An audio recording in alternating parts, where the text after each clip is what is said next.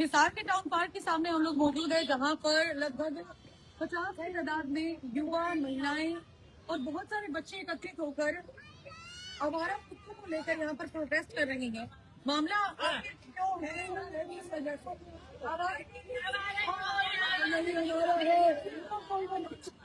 ये लोग बोल रहे हैं से आप लोगों को आवारा लगता होगा।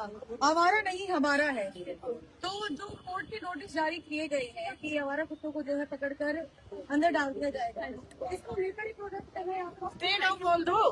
हाँ जी, स्ट्रेट आउट बोल देते हैं जी। सिर्फ डॉग बोलते हैं जो ये कोर्ट का ऑर्डर आया है वो हम चाहते हैं कि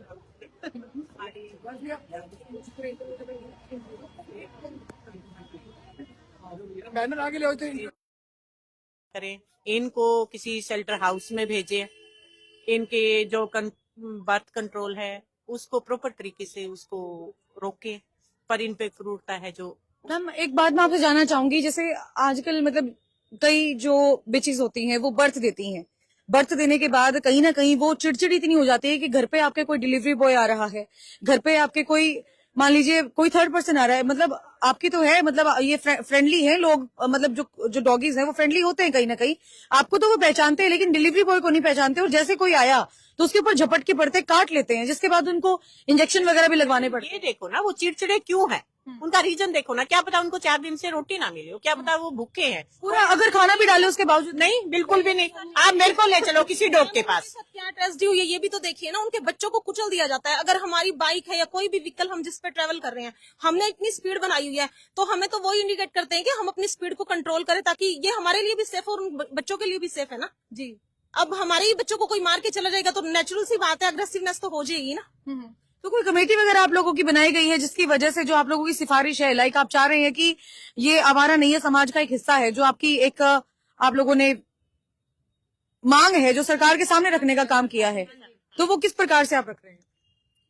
मैम हम तो ये चाहते हैं कि ये कोर्ट के ऑर्डर से कुछ नहीं होना, सिर्फ इनको क्या चाहिए, सिर्फ 2 वक्त की रोटी चाहिए और प्यार चाहिए, थोड़ा सा संरक्षण चाहिए, और इनका स्टरलाइजेशन एक सबसे उत्तम उपाय यही है, और कुछ भी इसका उपाय नहीं है। स्टरलाइजेशन करवाओगे इनकी तादाद नहीं बढ़ेगी, और ये गली मतलब इतने होंगे कि गलियों में इनकी तादाद ना बढ़ने से मतलब हर व्यक्ति घर का वो उनको अपने संरक्षण में ले सकता है। की भी जरूरत नहीं होती है। अगर कहीं ना कहीं आप इस बात के फेवर में भी होंगे कि रेबीज का इंजेक्शन भी अगर लगा दिया जाए इन कुत्तों को, ताकि कोई भी किसी को भी अगर काटते हैं तो उसको रेबीज का खतरा ना हो, कुछ इस प्रकार की मांगे भी आप लोगों की?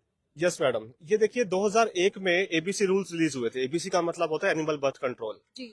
उसके अंदर क्या होता है कि डॉग को पकड़ के उसका स्टेरिलाइजेशन कर दिया जाता है ताकि वो रिप्रोड्यूस ना कर पाए, और उसको उसके बाद में वैक्सीनेशन लगा दी जाती है ताकि आगे अगर वो किसी को बाइट भी करे तो डॉग बाइट करने से किसी और को रेबीज ना हो। अब ये क्या है, देखिए डॉक्यूमेंट है, ये हमने एक आरटीआई लगाई थी, all India institute of medical sciences, जो एम्स है दिल्ली में, वहां पे। अब हम जानना चाहते थे कि आरटीआई के माध्यम से कि जो ये आरटीआई है इसके माध्यम से हम जानना चाहते थे कि जो ये डॉग बाइट्स होते हैं जितने भी, क्या एम्स है किसी को आगे ऊपर अथॉरिटी को बताती है? एम्स का जवाब है कि नहीं, हम किसी को नहीं बताते हैं।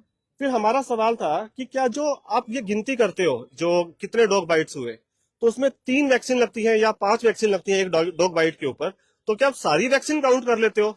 वो कह रहे हैं yes we count follow vaccination course also. मतलब अगर आप 5 वैक्सीन लगा रहे हैं तो एक तरह से वो 5 डॉग बाइट काउंट हो रहे हैं। तो पहले तो सबसे पहले डॉग बाइट का डेटा ही गलत है। थर्ड, अब ये देखिए वो क्या बोल रहे हैं कि dog bite, monkey bite, cat bite, rat bite, snake bite, उसका डेटा वो अलग अलग सेग्रीगेट नहीं करते हैं, वो सभी को एक ही डॉग बाइट मान लेते हैं। उसके भी अलावा फोर्थ पॉइंट, क्या आपको पता है कि डॉग बाइट जो है उसमें स्ट्रीट डॉग्स ने बाइट किया या आपके पेट डॉग ने बाइट किया? जबकि पेट डॉग्स जो है वो ज्यादा बाइट करते हैं क्योंकि आपके पास रहते हैं, आपके पास सोते हैं, आपसे खाना खाते हैं, और कहीं ना कहीं उनको बाइट हो ही जाता है जिससे आप वैक्सीनेशन लगाने जाते हैं। तो ये सबसे गलत है। अब सुप्रीम कोर्ट ने 7 नवंबर को एक ऑर्डर पास किया कि जितने भी पब्लिक प्लेसेस हैं, स्कूल्स, हॉस्पिटल्स, बस स्टैंड्स और रेलवे स्टेशन, और यहाँ से जो जितने भी डॉग्स हैं उनको उठा लिया जाए। पहले तो मेरा सवाल है कि क्या आप उन डॉग्स को हटाएंगे? आपको कैसे पता कि बाहर से दूसरे डॉग वहां पे आएंगे नहीं? सीधी सी बात है, एक वैक्यूम क्रिएट होगा, आप वहां से डॉग हटाएंगे तो खाना वहां मिलता है, वेस्टेज वहां पे है, तो डॉग्स आएंगे वहां पे खाना खाएंगे। दूसरी चीज, आपके पास में क्या इतना पैसा है सारे डॉग्स का शेल्टर बनाने का? अब मैंने एक मोटा मोटा हिसाब लगाया, इंडिया में 5 करोड़ डॉग्स हैं, अगर 5 करोड़ डॉग्स के लिए अगर हम पूरे शेल्टर बनाने लगे, हमारे को 150 बिलियन डॉलर से भी ज्यादा पैसा चाहिए। इंसानों के घर तो हम आज तक बना नहीं पाए हैं, इंसान डॉग्स की वैक्सीनेशन तक हम आज तक नहीं कर पाए हैं, तो क्या हम आज इनके इतने शेल्टर बना पाएंगे? क्या हम, आप और हम सब इतना टैक्स का पैसा देंगे? सिर्फ और सिर्फ खाना खिलाने के लिए और इनकी दवाई के लिए भी हर साल 1 लाख करोड़ रुपए का खर्चा आएगा। क्या सरकार रेडी है? हम लोग तैयार हैं इसके लिए? तो ये कोई सोल्यूशन नहीं है। कहीं ना कहीं आप लोगों का ये मानना है कि अगर डॉग्स को पकड़कर शेल्टर होम में डाल दिया जाएगा तो उसका पालन पोषण अच्छे तरीके से नहीं हो पाएगा, ना टाइम पे उसको खाना मिलेगा। सामने आ रही है, देखिए हैदराबाद में एक शेल्टर है जहाँ पे क्या सामने आया है कि जो डॉग्स की लाशें हैं शेल्टर के अंदर पड़ी हैं, जो स्वस्थ डॉग है वो भी उन्हीं के साथ में है और वो उनको खा रहे हैं। ये हालत है वहाँ पे, इतने डॉग्स इतने वीक हो चुके हैं, ना खाना है, ना पानी है, ना दवाई है। क्योंकि उसके ऊपर तो 24 घंटे एक डॉक्टर भी चाहिए। बिल्कुल चाहिए, ठीक है। तो वहाँ पॉसिबल ही नहीं है। और ये समस्या कोई हमारे देश की इकलौती समस्या नहीं है, 50 से ज्यादा देश जो है वो इस प्रॉब्लम को सॉल्व कर चुके हैं। कहने का मतलब ये है कि आप सरकार के डॉगीज को पकड़ने के खिलाफ नहीं है, बल्कि जो सुविधा उनको पकड़ने के बाद दी जाएगी आप उस चीज के खिलाफ है। पॉसिबल ही नहीं है, हम तो ये कह रहे हैं वो फिजिबल ही नहीं है। इंडिया जैसे देश में जहाँ पे हमारी जो एवरेज इनकम है 15,000 रुपए भी नहीं है, आप उस देश में आप ये कर रहे हैं कि 200 बिलियन डॉलर के आसपास का रुपया आप डॉग्स के ऊपर लगा देंगे सिर्फ और सिर्फ उनके शेल्टर बनाने के लिए, उनको खाना खिलाने के लिए।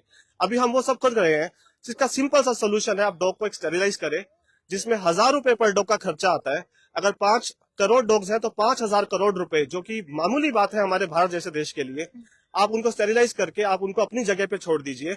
अगले 5 साल में मैं दावा करता हूँ इनकी जनसंख्या 25 से 30% कम हो जाएगी। और अगर डॉग्स की संख्या ही कम हो जाएगी तो ये समस्या भी खत्म हो जाएगी। सारे देश, Thailand, Netherlands, Italy, Germany, Thailand, Sri Lanka, Bhutan, सब ये प्रॉब्लम को सॉल्व कर चुके हैं। सिर्फ एक ही इसका इलाज है, एबीसी, एनिमल बर्थ कंट्रोल। आप उनको स्टेरिलाइज कीजिए, वैक्सीनेट कीजिए और अपनी जगह पे छोड़ दीजिए।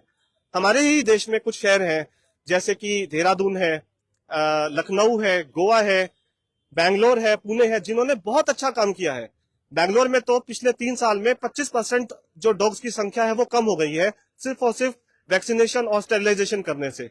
तो हम अगर अपने देश में बैंगलोर में कर सकते हैं तो पूरे भारत में क्यों नहीं कर सकते? कहीं ना कहीं आप लोग ये इस चीज से भी एग्री करेंगे कि पहले एक बार एक छोटा सा एरिया पकड़ लिया जाए, उस पर वो चीज आजमा कर यानी कि एक्सपेरिमेंटल तौर पर की जानी चाहिए। अगर वो सक्सेसफुल होती है तो सरकार को नेक्स्ट स्टेप उसी आधार पर लेना चाहिए। ऑलरेडी हो चुका है, ये बहुत पुराना है। देखिए 2001 से ये एबीसी रूल्स आए थे जो कि 2023 में फिर रिवाइज किए गए थे।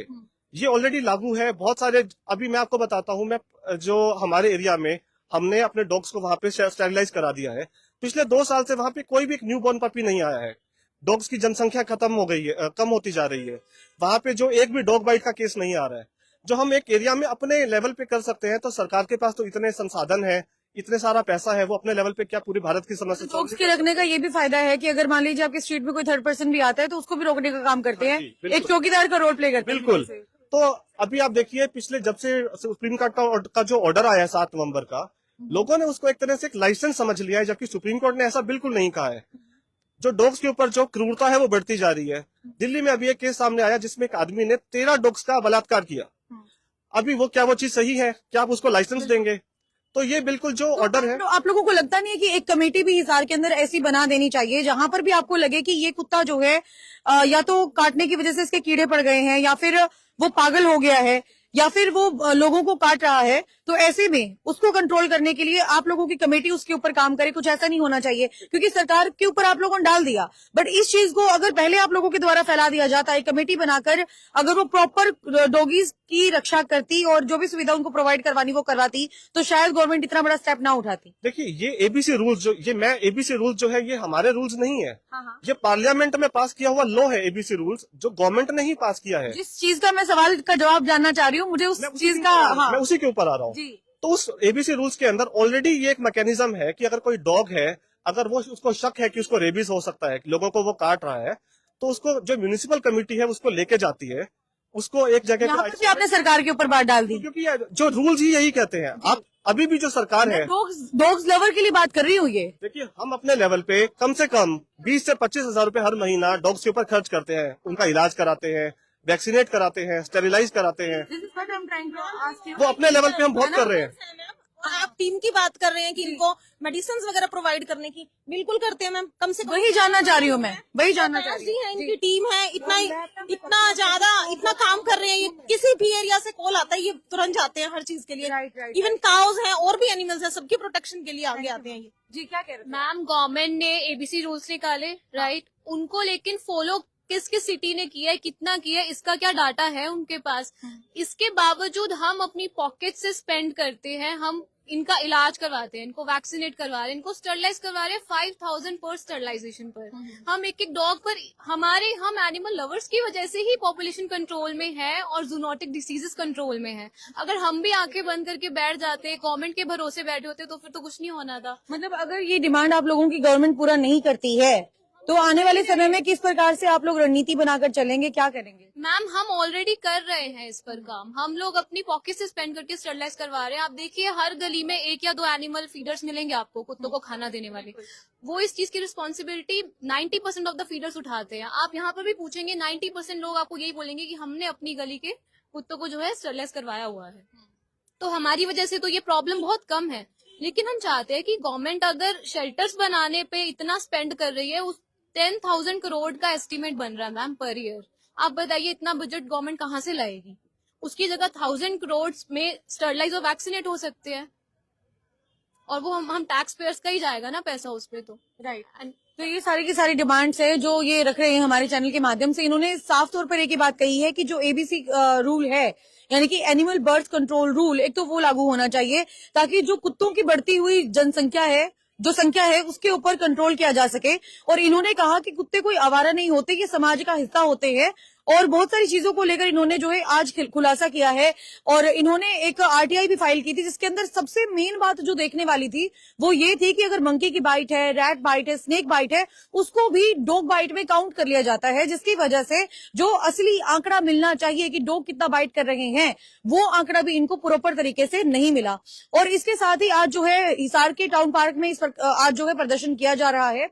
साथ में इनका यही कहना है कि अगर आने वाले समय में कोर्ट ने आदेश अपने वापस नहीं लिए तो आने वाले समय में बड़ी रणनीति भी बनाकर चलेंगे।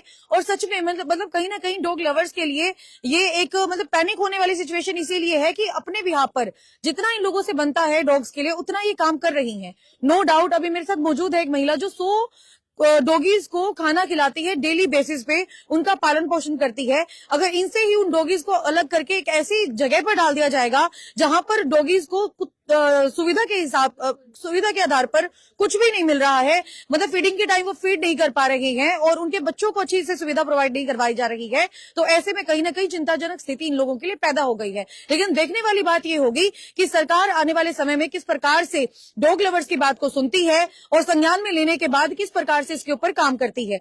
ये देखने के लिए बने रहे हरियाणा लेटेस्ट अपडेट के साथ। मैं सौम्या माथुर आप सभी दर्शकों से लेती हूँ इजाजत। नमस्कार।